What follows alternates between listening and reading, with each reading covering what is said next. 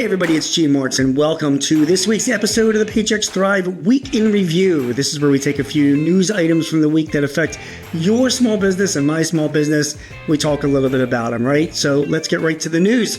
The first story comes from the Washington Post. The headline in the Washington Post story is layoffs are hitting contractors and small businesses due to President Trump's cuts in the federal government.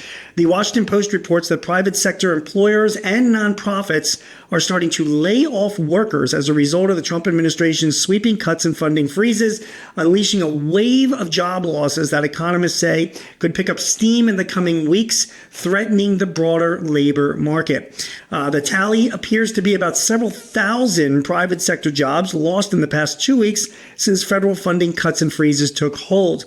More than 7.5 million Americans work in jobs directly connected to the federal government, according to the Brookings Institution, as contractors or grant workers, some of whom are already out of a job.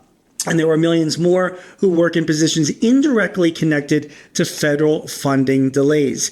So far, the fallout includes rescinded contracting jobs in North Carolina and Austin, Texas, layoffs at an independent living facility in West Virginia that relies on federal funding to pay staffers, and furloughs of after-school programs in Maine and community health centers in Virginia facing federal funding delays. So all of the disruption going on in Washington, the cuts and some of the freezes in federal budgets starting to have an impact on small businesses and nonprofits. We'll see how things shake out. The next bit of news comes from BizBuySell.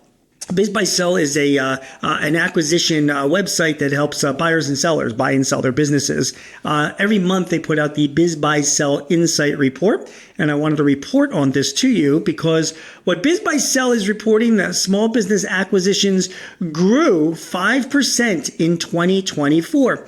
The number of small businesses bought and sold grew 5% over the course of the year. This was last year, according to BizBuySell's Insight Report. The report tracks and analyzes U.S. businesses for sale transactions and sentiment from business owners, buyers, and brokers.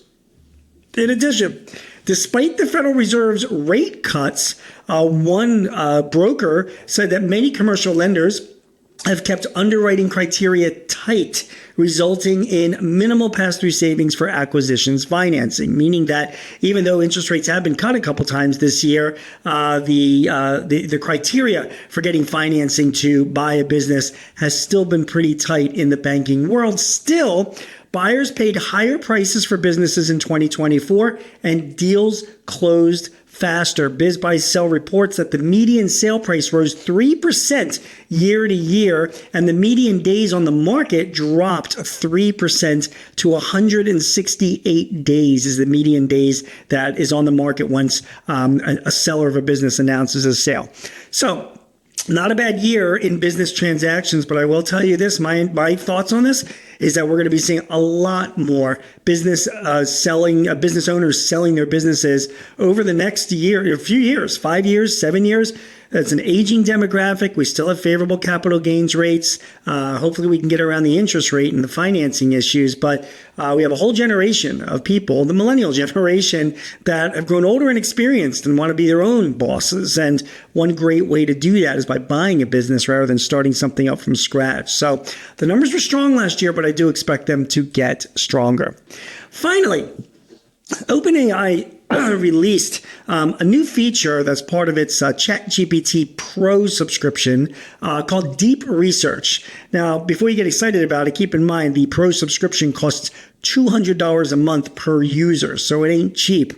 But Deep Research is, people are jumping up and down with joy about it, particularly academics, because Deep Research itself gives you the ability to do deep research into many academic and other issues that may be impacting your business, with the results coming back extremely accurate and extremely fast as well. Some of the professors and some of the people that do research at organizations that I know that have been using Deep Research by OpenAI are telling me that the results they're getting back have been astounding and has cut their time of research significantly. So it might be worth that extra $200 a month. That's the good news.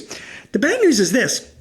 a popular person on X, formerly Twitter. His name is Min Choi. It's at MINCHOI. I follow him on Twitter. He's great. He covers AI. He used deep research and asked it, what 20 jobs will open AI and deep research replace that humans are doing right now?